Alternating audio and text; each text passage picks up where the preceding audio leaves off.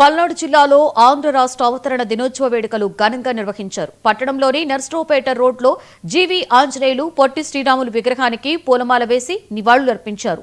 మాతృభాష, మాతృ రాష్ట్రం కోసం ప్రాణాలు త్యాగం చేసిన మహాత్యాగి పొట్టి శ్రీరాములు అన్నారు. త్యాగం దేశ చరిత్రలో చిరస్మరణీయమని వెల్లడించారు. ఆయన నిరాహార దీక్ష సంకల్పం కారణంగానే ఆంధ్ర రాష్ట్ర ఏర్పాటుకు మార్గం సుగమమైందని పేర్కొన్నారు.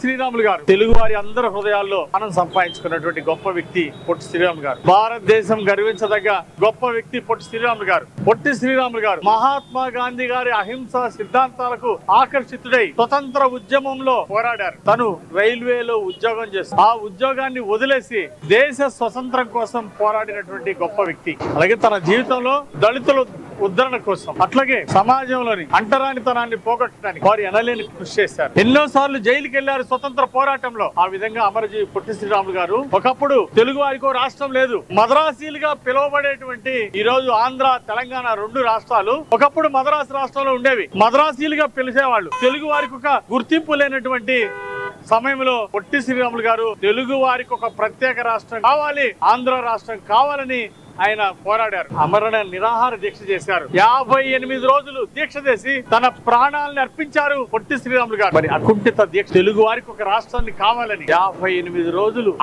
ఆహారం తినకుండా నిరాహార దీక్ష చేసి తన ప్రాణాలని త్యాగం చేశారు పొట్టి శ్రీరాములు గారు. అలాంటి గొప్ప మహానుభావుడు ఈ రోజు మనం స్మరించుకోవాల్సిన అవసరం ఉంది. అలాంటి గొప్ప మహానుభావుడు యొక్క పొట్టి శ్రీరాములు గారి యొక్క ఆశయ సాధన కోసం నేటి యువత నడుం బిగించాలని ఈ సందర్భంగా నేను పిలిపిస్తున్నా. అలాగే మరి పొట్టి శ్రీరాములు గారి జిల్లాగా నెల్లూరు జిల్లాకు పొట్టి శ్రీరాములు జిల్లాగా పేరు పెట్టినటువంటి మరి చంద్రబాబు నాయుడు గారికి ప్రత్యేక ధన్యవాదాలు తెలియజేస్తున్నా. అట్లాగే పెనుగొండ పట్టణాన్ని వాసవి పెనుగొండగా మరి పేరు వాసవి అమ్మగారు అంటే మరి వాసవి తల్లి అంటే ఈ రోజు దేశం అంతా కూడా మంచి పేరు. ఆ అమ్మవారికి గుర్తుగా మరి ఆర్యవైశ్యులు రాష్ట్ర వ్యాప్తంగా ఆర్యవైశ్య సంఘం వారి కోరిక మేరకు చంద్రబాబు నాయుడు గారు వాసవి పెనుగొండ పట్టణంగా దాన్ని నూతన నామకరణం చేయడం ఎంతో